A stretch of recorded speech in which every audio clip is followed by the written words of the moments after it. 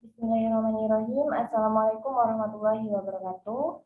Perkenalkan, nama saya Nana Cevita Sari dengan NIM C1C019109 dari kelas F09 Akuntansi dengan prodi akuntansi. Baiklah, di sini saya akan sedikit memaparkan materi mengenai akad-akad lainnya.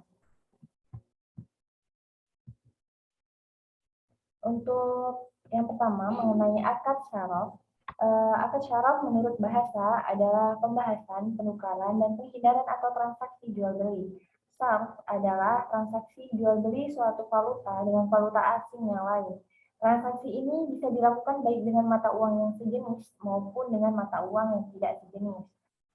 Sumber hukum akad syaraf ini adalah jualah emas dengan emas, perak dengan perak, gandum dengan gandum, syair dengan syair, kurma dengan kurma, dan garam dengan garam. Atau dengan syarat harus sama dengan sejenis, serta secara tunai. Jika jenisnya berbeda, jualah sekehendakmu dan dilakukan secara tunai. Menurut Haji Muslim. Selanjutnya mengenai akad wadiah. Akad wadiah merupakan simpanan barang atau dana kepada pihak lain yang bukan merupakan pemiliknya untuk tujuan keamanan. Wadiah adalah akad penitipan barang atau dana dari suatu pihak ke pihak lain dengan catatan barang atau dana tersebut dapat diambil kapanpun oleh sang pemilik. Jenis akad wadiah di sini wadiah amanah dan wadiah gamanah. Sumber hukum akad wadiah terdapat dalam Al-Quran, yaitu dalam surah An-Nisa ayat 58, yaitu disebutkan sesungguhnya Allah menyuruhmu menyampaikan amanat kepada mereka yang berhak menerimanya. Quran surah ayat 4. Selanjutnya mengenai akad wakalah. Al-wakalah adalah akad pelimpahan kekuasaan oleh satu pihak kepada pihak lain dalam hal yang boleh diwakilkan.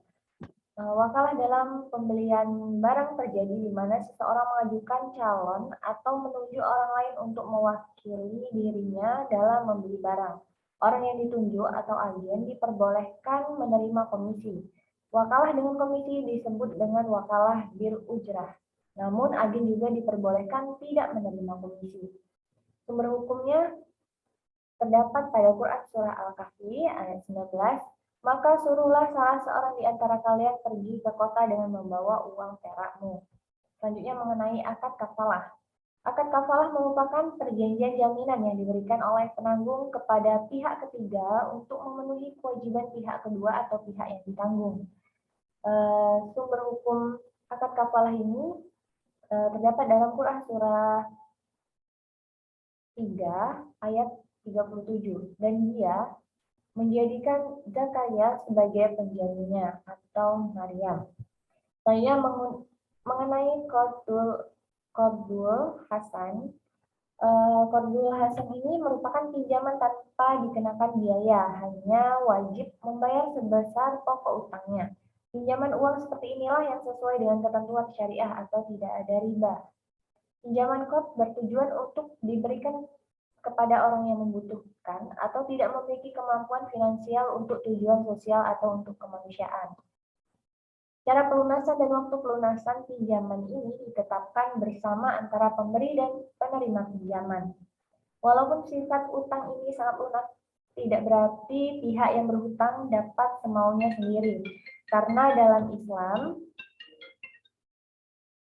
utang yang tidak dibayar akan menjadi penghalang dia di hari akhir nanti walau ia gugur dalam jihad di medan perang yang pahalanya sudah dijamin. Bahkan Rasul tidak bersedia mensolatkan jenazah yang masih memiliki utang.